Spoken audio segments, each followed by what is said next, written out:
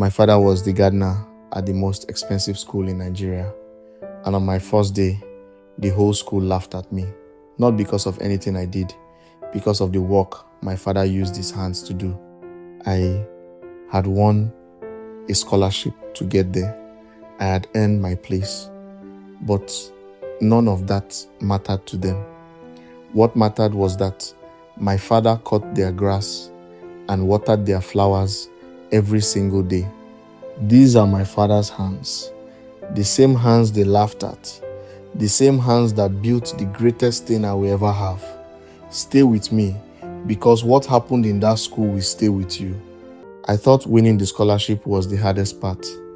I was completely wrong. Walking into that school felt like landing on another planet.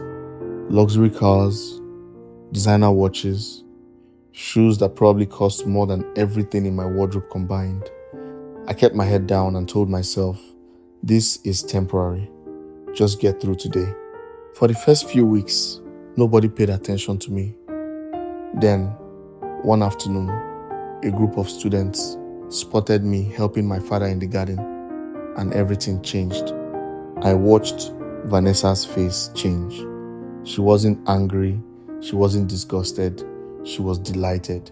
She had found exactly what she was looking for, and by the next morning, everyone knew. Suddenly, I wasn't Tunde anymore. I was the gardener's son. Tables became unavailable.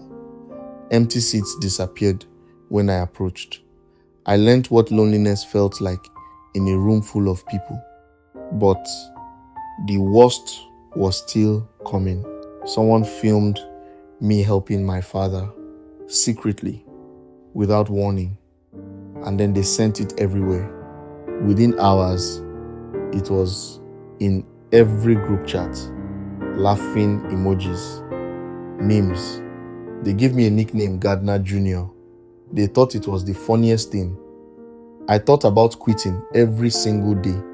I sat outside one evening and asked myself the question I had been avoiding. Maybe I don't belong there. Maybe the scholarship was a mistake. Maybe people like me are not meant for schools like that. That night, I finally told my father everything. He listened without interrupting once, and when I finished, he was quiet for a long moment. Then, he said something I have never forgotten. The soil doesn't argue with the seed, Tunde. It just keeps growing. I didn't fully understand it then, but those words planted themselves somewhere inside me, and they refused to leave. Just when I finally started to believe things could get better, everything collapsed. A few months after starting, my science teacher noticed me, not because I was popular, not because I had money, because she saw something in my work that I didn't even see in myself yet. She asked me to enter a national science competition. I almost laughed. Me competing against the best students in the country, but she looked at me like it wasn't even a question. And something in me started to believe her. Then my father collapsed. The doctor said he needed treatment. And in one moment, science, competitions, trophies, school, none of it mattered anymore. The only thing that mattered was him. I sat in that waiting room, ready to quit everything. Some students actually celebrated when they heard. They thought this was where my story ended. They thought I would disappear quietly. They had no idea what was about to happen. I made a decision. I would not quit. I studied in that hospital room while my father slept. I studied during the night. I studied until my eyes burned. I refused to let either thing go, my father or my future. One evening, my father reached out and put his hand on my shoulder. He looked at the competition form in my hand. Then he looked at me.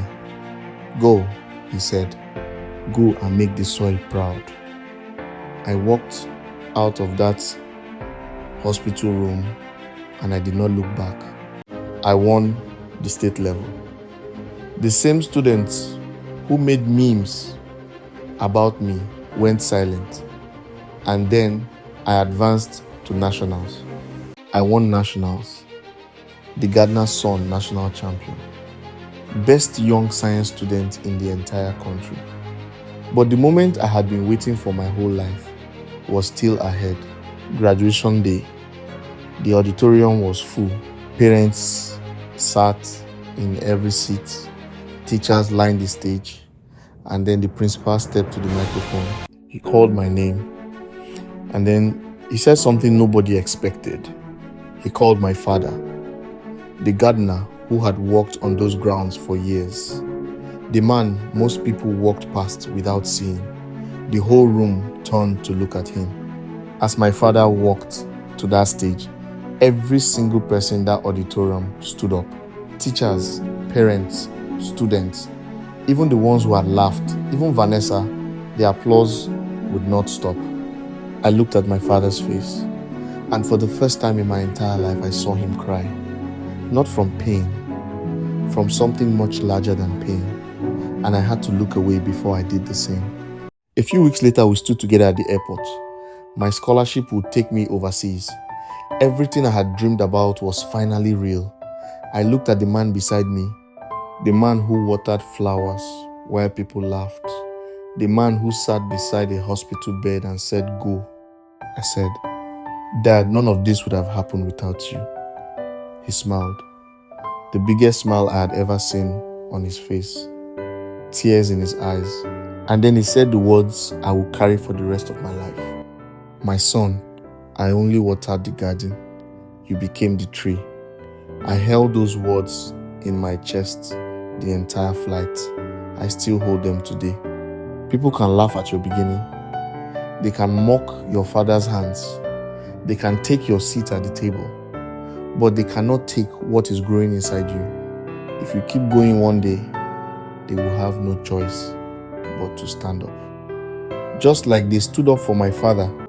If this story touched you, subscribe to Moonlight Tales by Joy. New stories every Monday, Wednesday, Friday, and Sunday. Like this video if it moved you. Share it with someone who needs to hear it today. And tell me in the comments, has anyone ever underestimated you because of where you came from? I read every single one. Your next story is already waiting.